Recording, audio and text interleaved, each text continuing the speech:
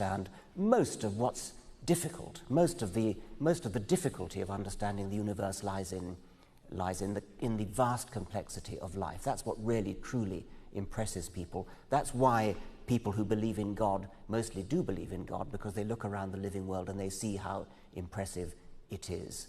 So that level of impressiveness is completely destroyed by Darwin, and Darwin, of course, doesn't explain the origin of the universe. For that, I invoke the anthropic principle and the multiverse. Less satisfying, admittedly, but science makes progress. The one thing you can be absolutely sure is that a creative designer cannot be a satisfying explanation. Dr. Lennox.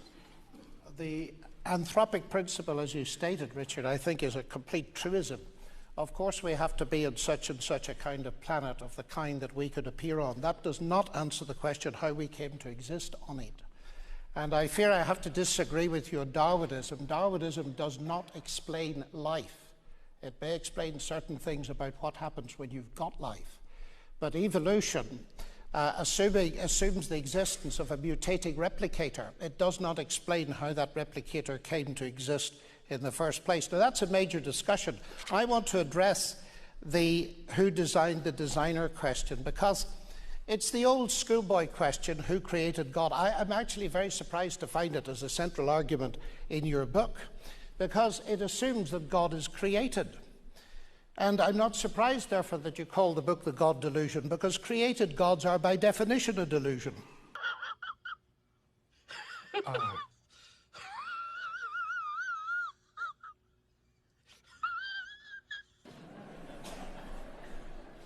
Now, I know, and I ought to explain, that Richard doesn't like people who say to him that they don't believe in the God he doesn't believe in. But I think that this is possibly touching a sore spot, because you leave yourself wide open to the charge. After all, you are arguing that God is a delusion.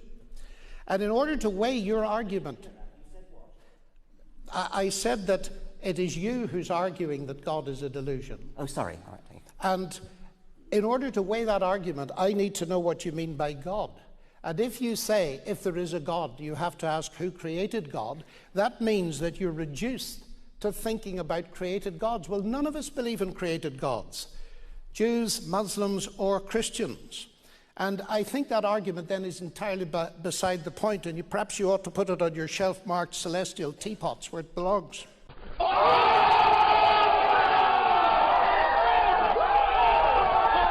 Be distressed by that.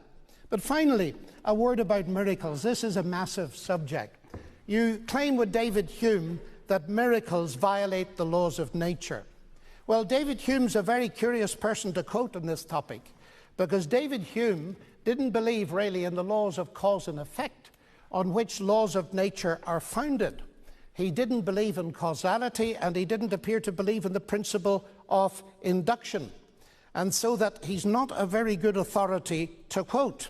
Secondly, I do not think that miracles are violations of the laws of nature, because the laws of nature describe what normally happens. God, who is the God of this universe and created it with its regularities, is perfectly at liberty to feed a new event into the universe. Just as C.S. Lewis makes a point, if I put $2 plus $2 in my desk tonight, $4.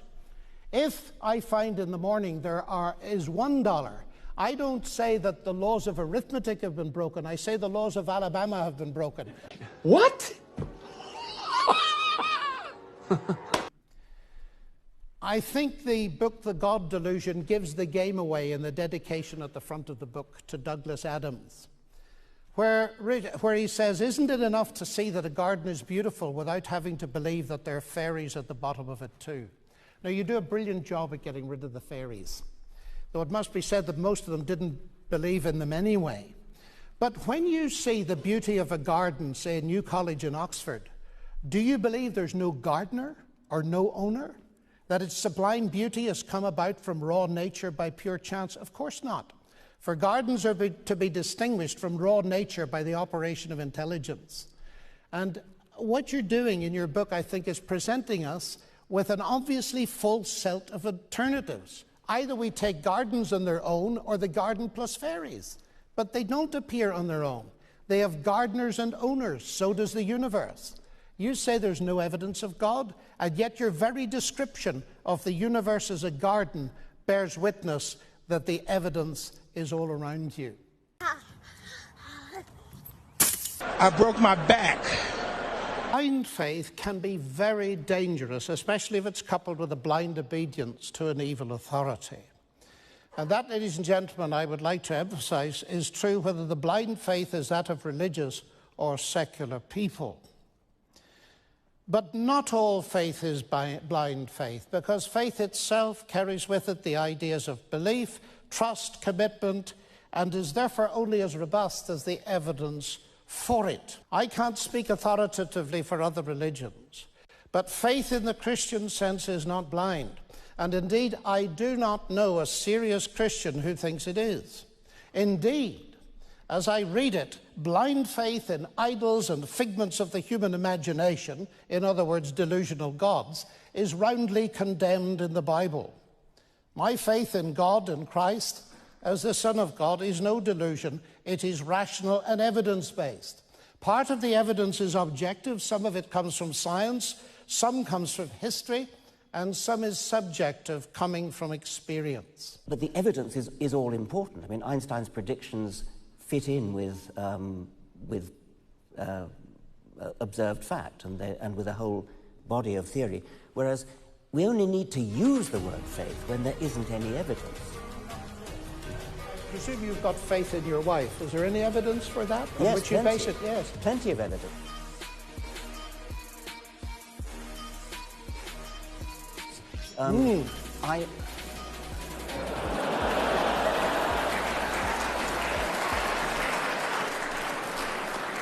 Let's generalize it. Never mind about my wife. Let's generalize it.